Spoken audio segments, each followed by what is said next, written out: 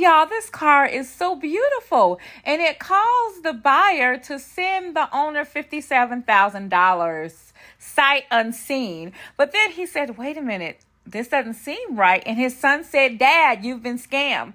So he ran to his bank, Chase Bank. Chase said, oh, it's already went to Wells Fargo. So he runs to Wells Fargo, and Wells Fargo says, oh, yep, we got it. So he said, good.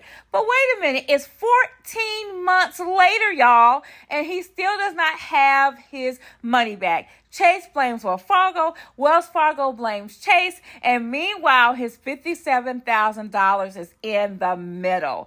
I can't give any explanation as to why Wells Fargo has not given him back his money or Chase is not giving him back his money. But he is stuck between a messed up bank and a even messier bank, okay? So much paperwork? No. Krzyzewski's big problem with the big banks began when he called about the rare 1963 Corvette in this Craigslist ad. And he said, well, I have a lot of people interested in the vehicle. I will pay you $2,000 more to secure the deal. And with that, the hopeful Corvette owner brought this $57,000 check to Wells Fargo. He received this receipt. What Krzyzewski didn't get, a title. And then I realized there's something not right. If it seems too good to be true.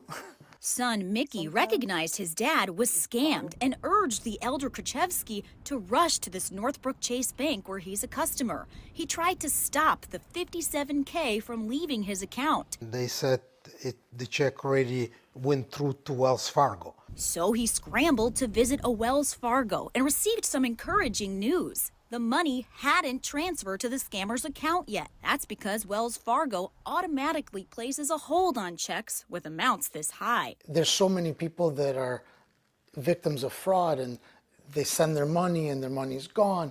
What made this so unique and so different was that we caught it in time. But this is a communication with Wells Fargo. Remember all that paperwork? Krzyzewski's had quite the time getting his money back. It's horrible. It's been a nightmare for over a year. Several months in, Wells Fargo wrote that they just needed one document from Chase to release the funds. 5 months after that letter, Krzyzewski was still in limbo. I did my part fully. The money never left the bank, and we can't seem to still get it back. 13, 14 months later, we're still just being bounced back and forth.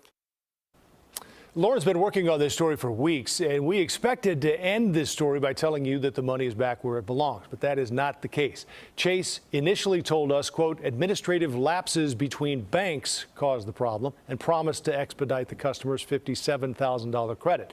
More than a week ago, Wells Fargo told us it resolved the matter with Chase, but wouldn't tell us what that meant. All we can tell you is the man in our story there is baffled because he still does not have his money.